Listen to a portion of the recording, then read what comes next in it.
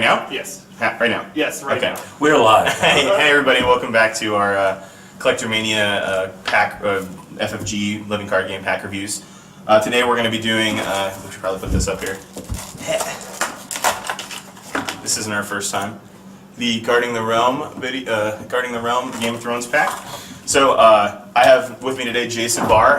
Jason, why don't you go ahead and introduce yourself a little bit? My name's Jason Barr. I've kind of got into board games, I don't know, over the last couple of years, and really the Fantasy Flight card games are kind of what got me started doing. So I play all of them.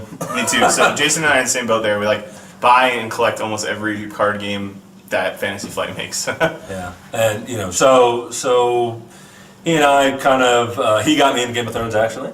So thanks, and just another one to buy because I had actually held off on that one because I kind of read a couple of the books. I've never watched the TV series, but he taught me how to play, and I was like, this is actually a really cool game. So and then he goes down and gets second in the Star Champ. So I'll preface that too. So we know that there's a very strong community for this game. So we are people who play casually, and we've competed in tournaments before and gotten okay results with those tournaments and okay standings afterwards. So if you have any comments on what we're saying or if we're doing something wrong, please let us know because we're not going to be as well knowledged as other people who play this every day of their lives. So feel free to comment and let us know if we're wrong. But let's get started nonetheless. So the first card we got in this pack, Guarding the Realm. This is the second pack of the I don't remember like the cycle name, but it's the second pack in the cycle. The first one was All Men Are Fools. So the first card is Bareily Coast. It's a 4-cost character with a military and a power icon. It's a House Stark but non-loyal, and it's a 4-strength card. It's got a subtypes Army and House Mormont. It has the new Bestow keyword for 3. No attachments on there. And it says, as an action, you can discard 1 gold from Bareily Host to choose a House Mormont card. Until the end of the phase, that character does not kneel and declare it as a military attacker in a military challenge. So I think that the coolest part about that is that you can keep characters standing. I mean, it's kind of expensive, and this Bestow makes it a 7, which is like most unique drops. So, but you could put 1 on it and keep him standing for 1 whole turn or something. But I'm not sure. Like as you mentioned earlier, there's not a lot. Yeah, there's not. Yeah, I mean, there's I think only one other House Mormont card. Now that can change, right? They can obviously add more, but I think right now probably the amount that you would use and get benefit from it, especially given the additional 3 costs or up to 3 costs, because you don't have to. Yeah, because you can put as much as you want on Bestow. Yeah. Maybe not worth it. What's your first impression? Well, like I said, I was like, oh, cool. Maybe old Bear Mormont's up. No, he doesn't have that. The nice part is though is that if there is any other House Mormont cards that come out in other factions, this card can fit into a banner deck. Well, and the thing is they've already done the Stark Deluxe, right? And that's where a lot of times you get like. And Bears, he's a Night Watch, right? So, which is good, because you could throw this in if he was, but he's not. The other thing... But Night Watch came out already, so like usually that's where you get your second copy of a card. I'm trying to remember... like the second copy of the unique card? He does, in that one, So they've already, like... He didn't get that keyword. No, not a second time either. I would say that there's a lot of effects in Stark that already kind of do this or stand characters, so I don't know that it would fit in anywhere really. I mean, it seems okay, but not for the state of the game at the moment. The next card is called Marriage Pact. I actually kind of think this card is cool. I dig it too, actually. It's a 3-cost attachment. It's a condition attachment, so Maesters can make it go away. Maesters can nullify marriage, apparently. Yeah. It's terminal, so that's always something interesting on an attachment. It's got the attached card cannot participate in challenges against you. We'll talk about why that's really good in a second. But when the attacked character leaves play, sacrifice the character you control. Pretty heavy cost on that if you're not prepared for it, or gets sniped by some type of weird challenge, and they like claim military on that guy because they can claim the person that's marriage pacted, and then you have to suffer from it too. I think what impressed me, or like the first thing that I thought about this card is it was cool thematically, right? It's like, okay, these 2 houses, they had a marriage, and oops, the guy, or the one character's gone, so now you have to lose your part of it too, right? So, like, I just thought it was neat from a thematic. Yeah, no, I agree, and it's like I think that's a Tully on there marrying Hoster or something like that. Like, it's definitely straight from the books in the show, but. The thing I really like mechanically is that attached character cannot participate in challenges against you means that they like a lot of the Stark cards that say like do something to have this character participate, even if they don't have an icon, means that this stops that. Yeah. So if you can figure out a way to get around that force interrupt, that's pretty brutal. You might be able to find a good spot for this card. Yeah, and again, if you have some dumpy little person, right, that you sacrifice when they do. That's true. You do get the so you could tie up like one of their big chiefs, and then you just have it shut. You just go. Yeah, that's true. That's true. All right, the next one is going to be Knight of the Reach. This is first Martell card, or I'm sorry, Tyrell card. It's a 3-cost character, military icon and an intrigue icon. It's 3 strength. It's non-loyal. It's a knight subtype, which is cool for that archetype. And the reaction is after you win a challenge in which Knight of the Reach is attacking or defending alone, choose a lady character, and that character gains 1 power. So there's this cool thing coming out from Martell where or there was a cool deck a long time ago called the Lady Sansa's Road deck when like the original game came out, and it was all based around knights and ladies, and so like all the knights are like always attacking alone and giving ladies power and things like that. And there's this new resurgence of that Alliance deck with, there's an Alliance banner, the Alliance banner card with Martell and a bunch of the other factions. I think it's usually Stark and Lannister, and they have a lot of ladies too. So you can throw these cards in there and get like extra power, and they can become rush decks. The thing I don't like about this card is that he's a 3 strength and he has to attack alone to get his effect. Yeah, so like, yeah, winning that challenge, unless you bolster them through, some kind of attachments or whatever. It's non-unique, right? So, if you had to claim it or you get rid of it as a claim, you can get others out. The other thing that like I'm just not personally fond of, but again, we're not like super experts. Like I putting power on characters. Like as soon as that character's gone, there goes all your power, right? So for me, it's like I don't want to invest in it. I mean, it's cool that basically you can put power on a lady card and then never actually have to have the lady involved in anything. So you're basically transferring power over. But again, with the strength, it's like, oh, how many am I going to win? Yeah, and 3 is within the realm of like, you can Dracarius it, you could kill it, you can first Snow Winter it to have it send back to your hand, so you have to pay 3 more to get it. So like there is a decent amount of ways in Tyrell's. God, I keep saying Martell. In Tyrell to save ladies, like they can have the Lady in Waiting, which can do the lady, and they have you can put Bodyguard in it. So there's a decent amount of ways to do it. But you're right. Like renown and power on characters is one of the mechanics that I find it can win games, but it can also like lose you games. Yeah, I mean I've been close to the win, and then that guy dies, and then it swings. I had 5 power on it, and then now suddenly I'm 5. Yeah, and renown is powerful. Don't get us wrong, but it's one of those things that as like players like us, I guess that's a personal choice. One of the things, it's like where I'm not good enough to play with renown at the moment. This one I really like. I was reading online. Someone pointed out that this card is interesting because of the thing it does. So we'll read it. It's a 1-cost event called Lord Renly's Ride. It's a Tyrell event that it's non-loyal. And it says it's a song, and it says choose an action, and as an action, choose a character. Until the end of the phase, that character gets +X strength and gains Intimidate, where X is the printed strength of the top character in your dead pile. So, what do you think about this card? Okay, yeah. So this is like, I was kind of looking at this. One, this artist, there's another card, there's probably another couple actually. It's Serena Malian, I guess. She did 3 cards in this pack. I love her art. Yeah, it's really good. Like anytime I see art, this art style, I'm like, oh man, that's really cool. You gotta find a way to put. They actually do a lot of Martell cards too, like the Bear and the Maiden's Fair. Yeah.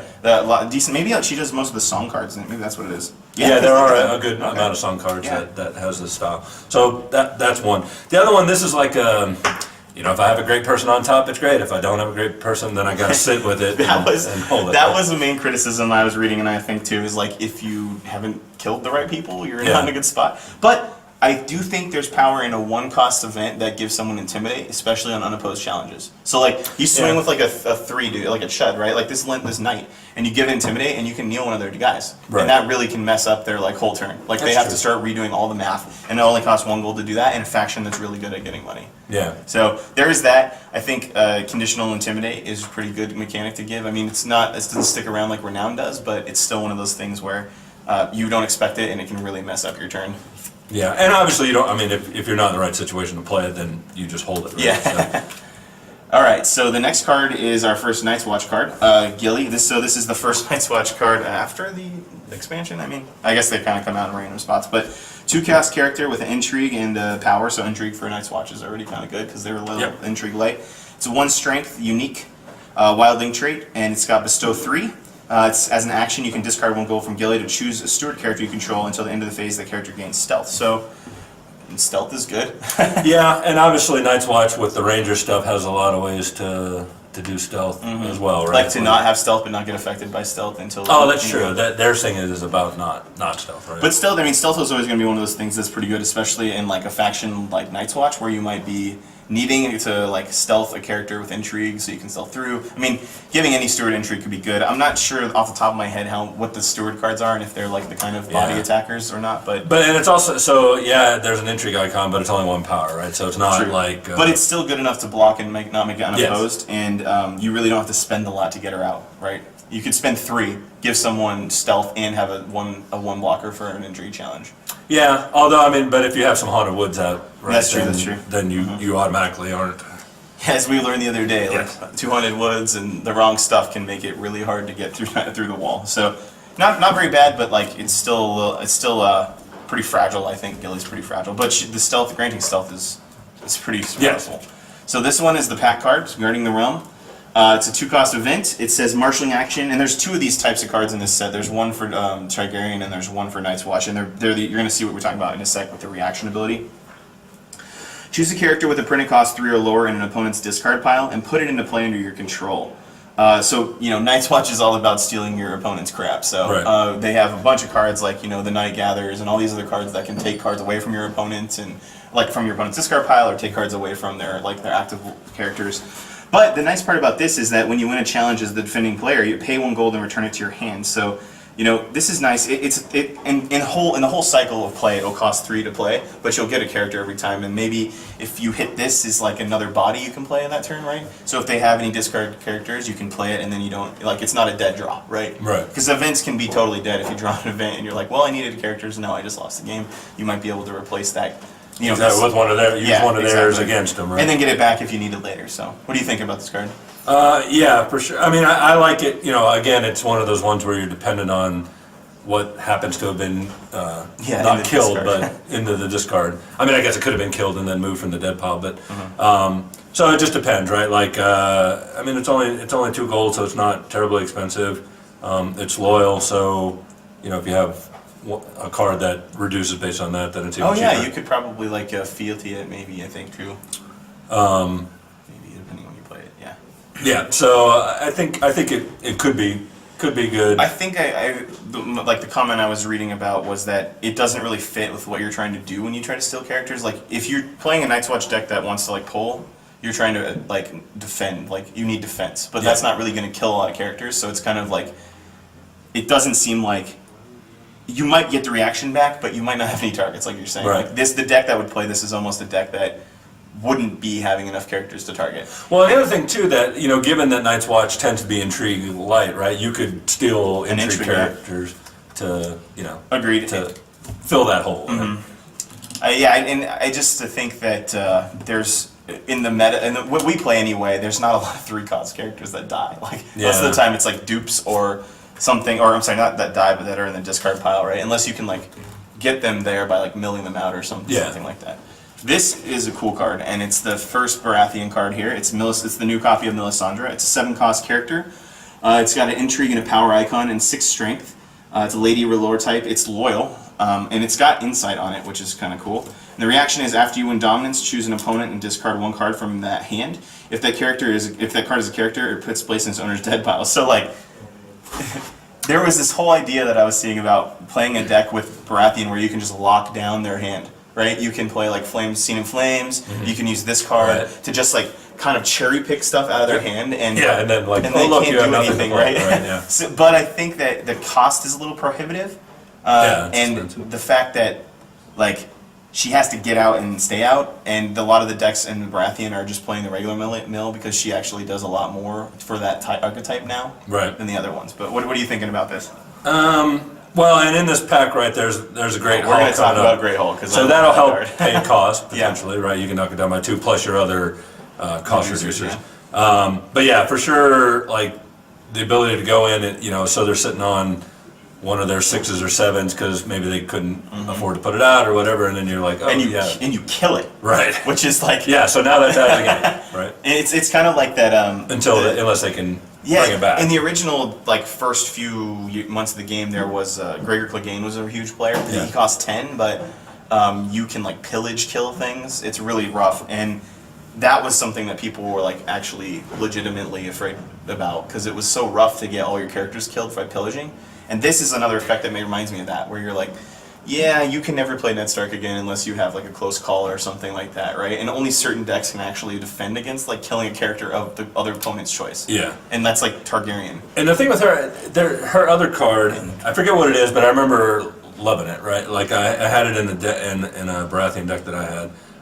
So like her version, the other version. Her other version, yeah. Yeah, it basically when you play a R'hllor card, it stands someone or heals someone. Yeah. So like that's it, right? A lot of people are playing that because it's just a more useful effect and it's an easier body to put out. Right. So she's both of her cards are too, which is nice. So if you do get her an opening hand and you're running Noble Cause, you can like throw her out for really cheap if you have a good setup. So that's always nice too. But yeah, I think there's some potential there for that to be really interesting later down the line, and I'd love to see and hate to play the deck that is doing that because I don't want to have nothing to do. This next one is called Light of the Lord. It's a 2-cost attachment. Says Baratheon or R'hllor character only, so you can only attach it to those 2 types.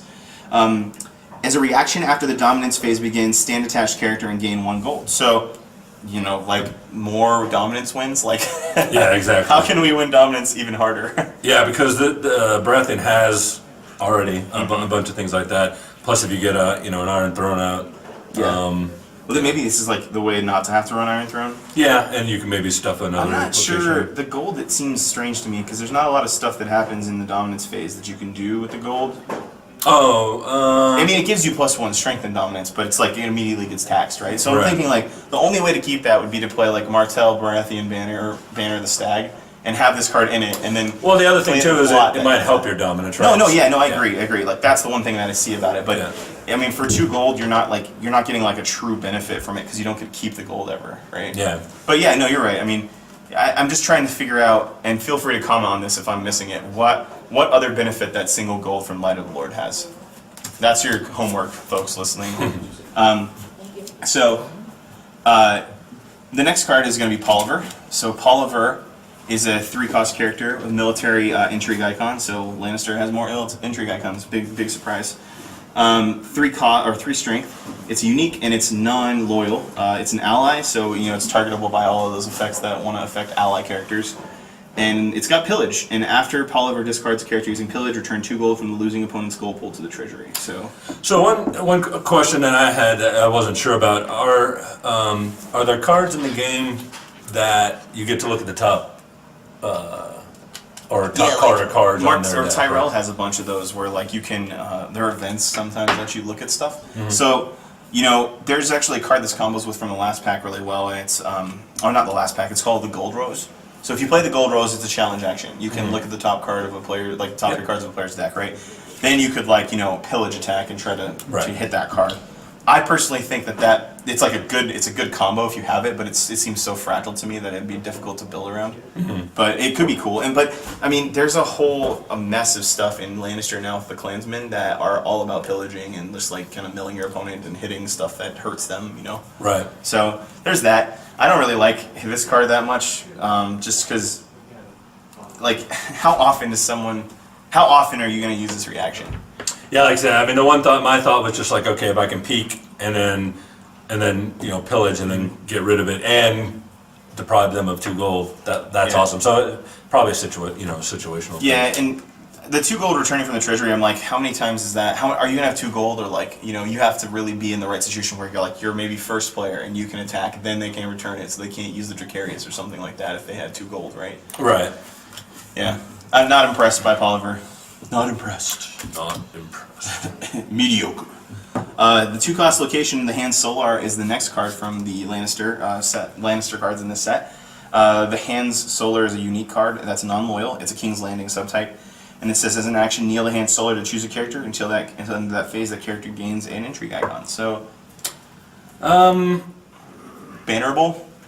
I mean, you throw it into like a Greyjoy deck or a Night's Watch deck, and you can do some cool stuff, right? You're giving other faction. I mean, that's what you're using. I mean, they already have enough intrigue, so it's obviously like giving other things intrigue. I think exactly. I think you hit the nail on the head. Is this card's meant to help your banner? Right. Like if you banner a card and you needed to have intrigue to run like Raids of Castamere or something that's going to care about your intrigue stuff, like all the other locations in Lannister, you're going to want to give intrigue icons, right? Yeah, I think that's its purpose, just to help drive that forth by making your banner. There might be some really cool brutal stuff you can do, not with this card, but this made me think of it with that new Melisandre and Lannister, where you can just like lock down their hand. Because the new Lannister wants them to have 0 cards, and you can like cherry pick the cards that they get. Yeah. That could be a really interesting archetype to build out. But not with the hand Solar, because most of those cards are going to have intrigue anyway. Now to my favorite faction. I love Greyjoy so much. It's my favorite. This card is the first Greyjoy card. It's 2 costs character with a military and an intrigue icon with 2 strength. Unique Wex Pike. He's a non-loyal, and he's a bastard, and he has House Botley as his type. He's got Bestow 8, which is hefty. You don't have to pay 8. Up to a 10 cost card, card, right? Essentially. While he is attacking, each character with printed cost X cannot be declared as defender. X is the number of gold on West Pike. So, nice, because this is the kind of effect that wins games with what is it, Balin Greyjoy and like the Lord of the Crossing. When you're like, Balin attacks, nobody can block with strength less than his strength. He gets +2 for Lord of the Crossing. So like, it's kind of similar, but it doesn't rely on the strength. It relies on the gold, so you have to have money, which is something Greyjoy's not that good at, depending on the deck you play. Yeah. Now, if you have that 10 gold plot, right? Like, they're just up. But remember, as part of dominance, you can actually funnel 2 in every turn. So that's interesting too, because that actually is a reason why you would want to play Lord of Light. So maybe in the dominance phase, you get a gold, and you could Lord of Light the gold on Wex Pike, right? Yeah, and you can do up to 2, right? Because it says 2 twice per phase. Yeah, so twice per phase. So that's nice too, and I think this is the card that I like the most out of the cycle, and that's not just because of Greyjoy, it's because the Bestow is modular, meaning you can put stuff on it. But remember... And you can start at low cost, right? Like, so there's nobody that great out there. I'll only invest a little bit. This is the thing I misread here. It says with printed cost, not lower. So you have to... It's basically it has to be exact. Playing... playing a card where there's a card in Netrunner called Atman, and you put counters on it, and it's always stuck there. But this card doesn't have to be stuck. So like you drop it with 4 gold on it, you pay 6. He's the 2 strengths that you just paid 6 for. You for them to do that. But the nice part is you can build him up and kind of have him change for the situation. But you can never. But take you can only go up, yeah. right? Yeah. As far as now goes, you can never take gold off of him. So that's something interesting we might see later. This next card, Ironland Market, is one of my 2 favorite cards in the set, just because of the. Like, good econ locations are good. Like, that's the... Good is good, right? So, this is the 2 cost location, Iron Islands Market. It's a loyal Greyjoy card with the Iron Islands trait. It's limited, and it says kneel Iron Islands Market to gain 1 gold. 2 gold instead if their opponent has 8 or more cards in his or her discard pile. So, I think getting 8 or more cards in the discard pile, it's something you play at the beginning, you start getting 1 every turn, right? Yeah. But you get that from Rose Road, right?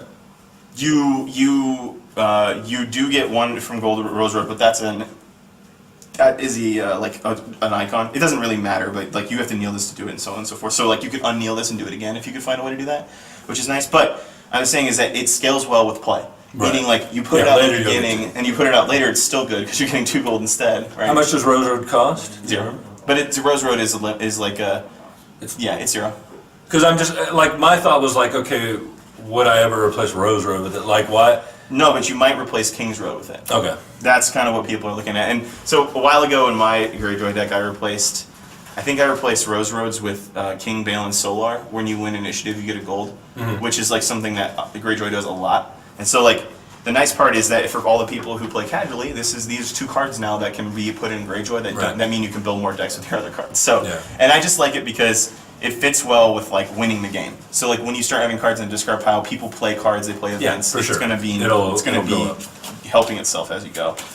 Okay, first card in the this pack for Targaryen is the Second Sons. It's a 3 cost character with a military and a power icon. 6 strength, non-loyal mercenary. It's got Bestow 3, and it says when the challenge phase ends, sacrifice Second Sons unless you discard a gold from it. So yeah, I think it's a pretty solid card, but like you also have to, be prepared to lose it. Like most of the Targaryen cards, like Jorah Mormont and things like that. Well, I mean, obviously, so it's a cheaper, powerful card, and then it gets worse as it goes, right? Oh, it doesn't get worse; it just goes away eventually. Well, that's what I'm saying. Yeah, I'm sorry. You're right. It'll go away. So it's like an aggro deck, any kind of aggro deck. Like, okay, I'm going to get this guy out. But then I know in 3 turns I'm going to lose. That's actually a good point. I mean, I've seen a lot of Targaryen builds, at least where we played, that are aggro. So it might be a really good fit with what they're doing. But you have to be willing to pay 6 gold for a 6 cost, right? True. Or 3 Oh, that's gold true. for a 6 Yeah, cost. you're right. Well, 6 for 6 Always- with 2 icons is not bad. Like Yeah. that's vanilla test stuff, right? Like that's pretty solid.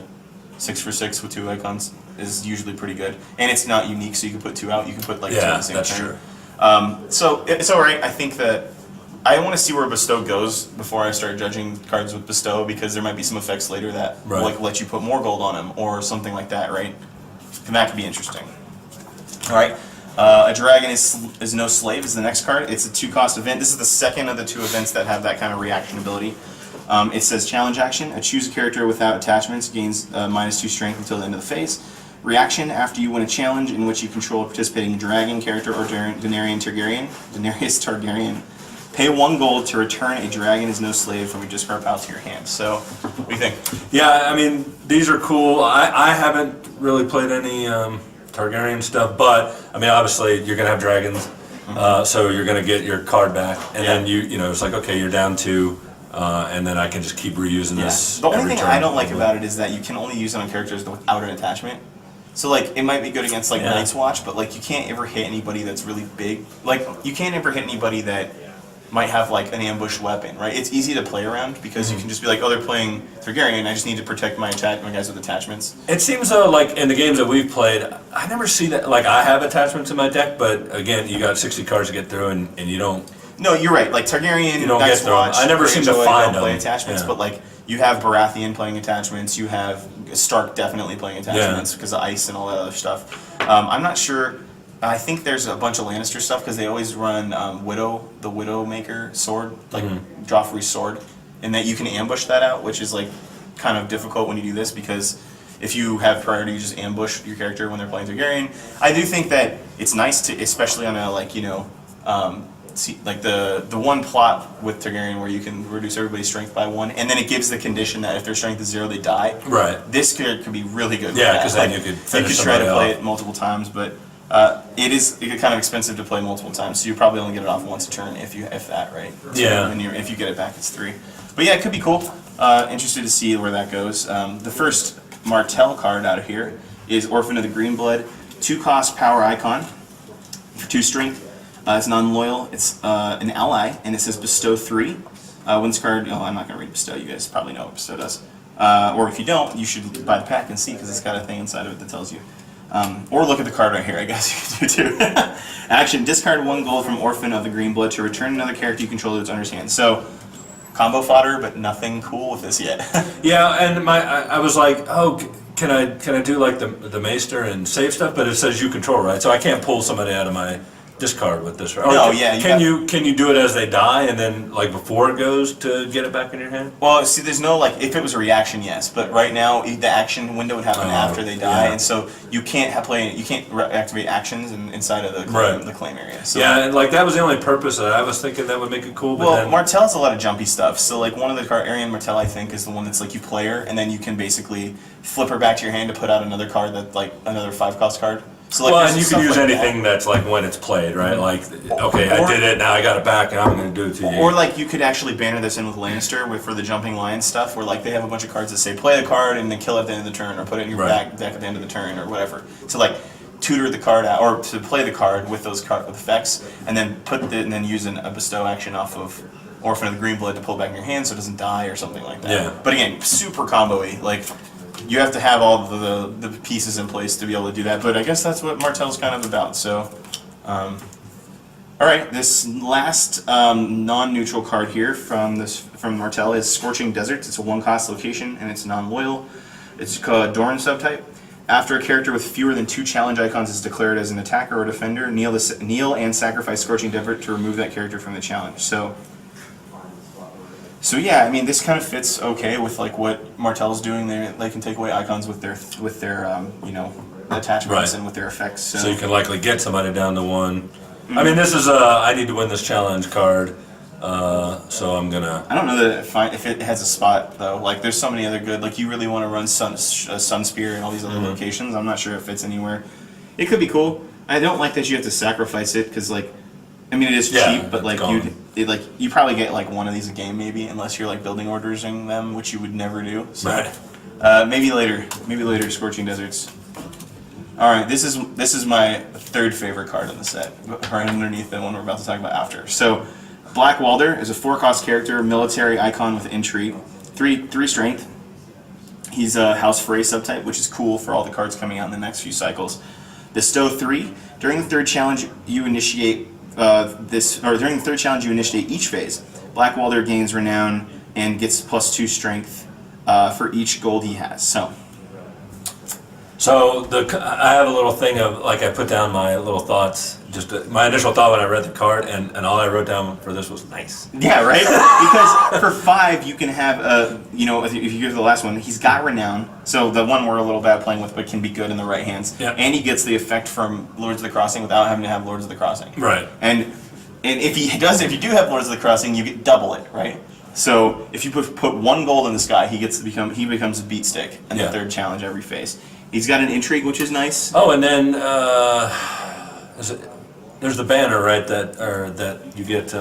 Isn't it the third challenge? Yeah, the agenda. The Swords of the Our Crossing. agenda, yeah. And right. So this is giving you, if you do like third challenge can't be power, which can suck. But if you do like a Balin military third and Walder's in there, you can like automatically win. Have Black Walder get a renown. Have Lords of the Crossing give you a renown, kill a character, like unopposed all the way or something like that. Or if you don't have it. I like it. Yeah, me too. I'm a solid fan, and I'm really excited to see all the House Frey stuff come together in some kind of weird neutral banner or something. Yeah. This next card is the best, I think one of the best cards in the set, or in this pack. It's a 1-cost neutral location called Great Hall. It's a Westeros subtype. It's limited, and it says kneel Great Hall as a marshalling action to reduce the cost of the next unique character you marshal by this phase by 1. 2 by 2 instead if that character's printer cost is 6 or higher. So, like, every turn you get Noble Crossing if the character is unique, and it's not just Lady. So, solid. I think this is like a 2 or 3 of in every deck just because of the way that people are playing uniques nowadays. Exactly. And the nice part is that it keeps up with Valar really well because you can play the uniques, and even if you don't have a dupe, you didn't spend all of your money doing it. Right. So, like, you can keep pace. You just need to figure out a way to draw them. So that's the only thing we're looking for now is a way to draw. And this next card might be able to help us actually, depending on how many cards you have in your hand. Another one that has a Serena Melon art. It's a song called "The Dornishman's Wife," a 1-cost event. Pretty cool art again. I do like her stuff, and you pointed it out. It's a song. It says, "Choose an opponent. If that player has a higher power total than you gain 2 gold. If that player has more cards in your hand or his or her hand than you do, gain 1 power. For your faction." Well, that's it right there. If this player has a higher power total, then you gain 2 gold. If that player has more cards in their hand, then you gain 1 power. And if that player controls more characters, then you draw a card. So it's I kind of like it. I don't know if it like really has a slot, but it's kind of nice as like a come behind card. Yeah, I mean that was my thought. This is like this is my catch-up card, or potential like I'm behind. I'll play this, and maybe it'll. I guess it remains like is what you get enough to help to get you back, right? Yeah. It's kind of interesting because anytime I like cards that aren't win more cards because they feel like they can go and stuff as like a last resort, Yeah. And a win more card is like, well, cool. I can play this, but then I'm playing it when I'm winning already. So why would I put it in my deck? So it makes it easier to build around, is what I'm saying. Yeah. Or build with. The final one is a plot called Annals of Castle Black. Is that good in there? Okay, cool. Plot cards are different. It's a 4 income, 4 initiative, 1 claim plot with 7 reserve. It's a legacy subtype, and it says each player may play events in his or her discard pile as if they were in his or her hand. After an event is placed in the discard pile, remove it from the game. So, and this card was designed by the 2004 world champion Alexander Hines. So, thanks, Alexander. That's what I said. I thought 2074 in the future. But yeah, thanks, Alexander. So this is a kind of fun. Like, playing events that are in your discard pile means you can play the same event. You basically have 6 copies, right? That's always good. Yeah, for sure.